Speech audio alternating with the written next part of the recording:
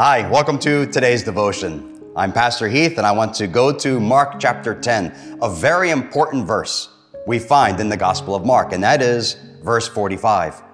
Here's what it says. Jesus speaking says, "For even the Son of Man did not come to be served, but to serve, and to give his life a ransom for many."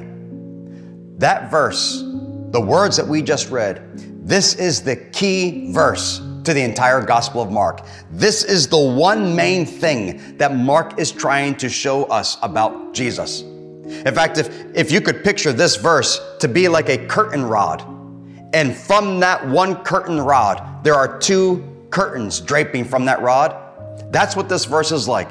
Because in this one verse, we find the twofold ministry of Jesus Christ.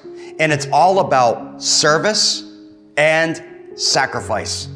Jesus says, "I did not come to be served, but to serve and to give my life as a ransom for many." Sacrifice. One thing that Mark, I believe, loved most about Jesus, among many things I'm sure, but what he loved, I think, most about Jesus was that Jesus was a perfect servant in every way. And he is the perfect example of what it means to be a servant. If anybody were to ask me, what does it mean to be a servant? What does it look like? What else could I say except look at Jesus, do what he did, speak how he spoke, and follow and obey the Father like he did. That was Jesus' great desire, to do everything that pleased the Father. When Paul talks about Jesus coming into the world, he also mentions that service and sacrifice. And like in Philippians chapter 2, Paul describes to us that Jesus left his throne and he came into this world and took on the form of not just a man, but also a slave, a servant. And when he came to serve and to obey every word of the Father. And he also came to serve all mankind. And not only that, but Paul also says that he would obey the Father even to the point of dying on a cross, his sacrifice. Jesus is and will always be the perfect servant. Jesus also said that we are to learn from him. If you want to know what it's like to be a servant, we are to learn from him. Again, do as he did, speak as he did. You know, one person from the Bible who learned what it meant to be a servant was Mark, the writer of this gospel. Mark began in the ministry by following Paul and Barnabas on a missionary journey. Along that journey, he was supposed to be a servant. He was supposed to minister to Paul and Barnabas and be there and help them in their time of need. Except when the going got rough, Mark didn't like it. Mark thought, this is more than I thought. I'm not really getting anything out of this. And Mark decided to desert both Paul and Barnabas. He left them and returned home. Paul was upset about that, and rightfully so. And he would be upset for quite a long time.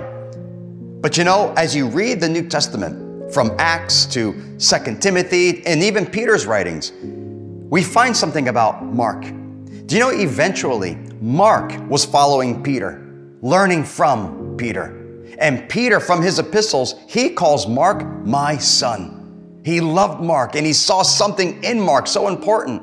When Peter was arrested and finally sent to Rome where he would be crucified, Mark followed Peter all the way there. And then Mark, knowing that Peter's going to die, and so this gospel message that Peter holds, the gospel that he's been preaching, it's got to be written down so that can go throughout all the world. So Mark wrote down the great sermons and the great teachings of Peter. He wrote it down in the Greek language, he wrote it for Rome, and he wrote it for the world.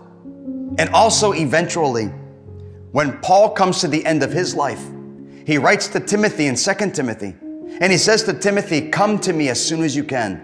And when you come, bring Mark with you, because Mark is useful to me in the ministry."